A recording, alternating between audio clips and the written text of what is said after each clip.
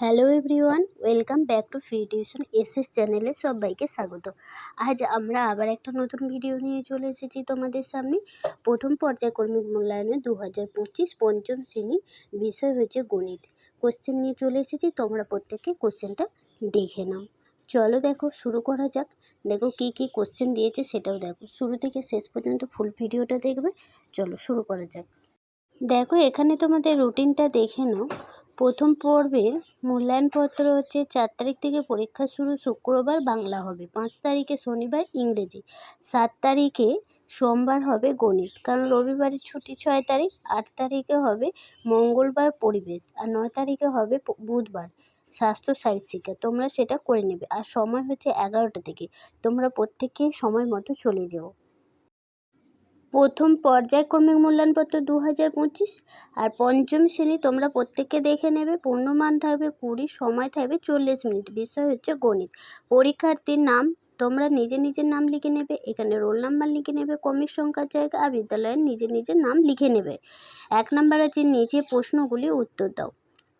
5টা করতে হবে, 2 নাম্বার করে আছে, সঠিক করতে পারলে 10 নাম্বার পেয়ে যাবে।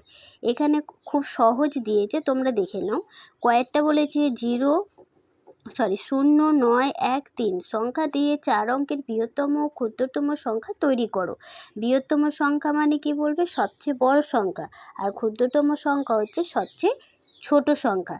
তাহলে এখানে করে নেবে বৃহত্তম সংখ্যা 9310, এইভাবে লিখে নেবে। অন্য কোনো সংখ্যাও থাকতে পারে। আর ক্ষুদ্রতম সংখ্যা হচ্ছে 1039।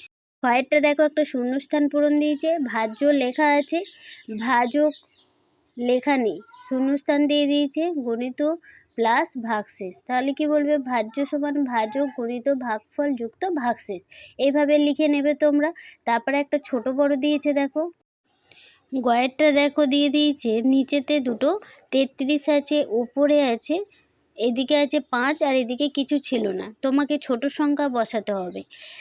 এদিকে দিয়ে দিয়েছে 5-এর 33, তাহলে 5-এর থেকে ছোট সংখ্যা কত বসাবে?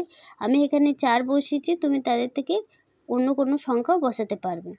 ঘয়েরটা দেখো কি বলেছে, 8 ও 6 দুটি সাধারণ গুণিতক সংখ্যা লেখো। 8 ও 6কে এমন সংখ্যা দিয়ে গুণ করতে হবে যেন সংখ্যার গুণফল একই হয়। যেমন ধরো, তাহলে সংখ্যা দুটো কি হবে? 24 ও 72। তারপরেরটা দেখো, ওয়াটা কি বলেছে দেখো, দুটি সংখ্যার গুণফল 1035, একটি সংখ্যা 23 হলে অন্য সংখ্যাটি কত? তাহলে 1035কে 23 দিয়ে ভাগ করে দেবে, ভাগফল যেটা বেরোবে সেটা হবে অন্য সংখ্যা। তাহলে এখানে দেখো আমরা ভাগ করেছি, 23 4 92 বসিয়েছি, বিয়োগ করে পাওয়া গেল 115, আর 23-এর সাথে 5 গুণ করে হয়েছে 115, অতএব উত্তর হলো 45, অন্য সংখ্যাটি হবে 45। এখানে দেখো হরলবে যোগ বিয়োগ দিয়ে দিয়েছে, যোগ দিয়েছে 8-এর 25, 2-এর 25 আর 7-এর 25, নিচে 25টা লিখে নেবে, 8, 2 আর 7কে একসাথে যোগ করে দেবে। এখানে আমাদের যোগফল বেরিয়েছে 17-র 25। দেখো এখানে বিয়োগটা কি বলেছে, হাজার, শতক, দশক আর একক, 5200 4 তাহলে এরপর 2 বসালাম, নিচে 2 ছিল না, তাহলে এখানে 6টা ছিল উত্তর। তাহলে কত বসাতে হতো? 2 বসাতে হতো। 2 কয় দিতে? 8, 6 দিতে, আর 2 কয় দিতে? 4, 2 দিতে, আর উপরে দেখো 2 আছে, নিচে 1 আছে, উত্তরটা দিয়ে দিয়েছে। তাহলে এখানে কি হবে? 1 বসাতে হবে। 1-এর পর থেকে 1 ঘর গেলেই হবে 2, আর এটা তো জানোই 3-এর পর থেকে 2 ঘর গেলে হবে 5। তাহলে এটা গুণটাও করে নেবে তোমরা এইভাবে, 438কে 13 দিয়ে গুণ করে দেবে, উত্তর ফল বেরোবে 5694। ঠিক করে তোমরা করে নেবে। পরেরটা দেখো, ভাগফল ও ভাগশেষ নির্ণয় করো। তাহলে এখানে কি বলবে? তাহলে দেখো ভাগটা করেছি, ভাগফল কত বেরিয়েছে? 5352। তাহলে তোমরা এভাবে লিখে নেবে, ভাজ্য, ভাজক, ভাগফল, ভাগশেষ করে লিখে নেবে। এটা হবে ভাজক আর ওটা হবে ভাজ্য। তাহলে ভাগশেষ কত বেরিয়েছে? 4, ভাগফল বেরিয়েছে 5352, এটা লিখে নেবে। চলো পরেরটা যাওয়া যাক।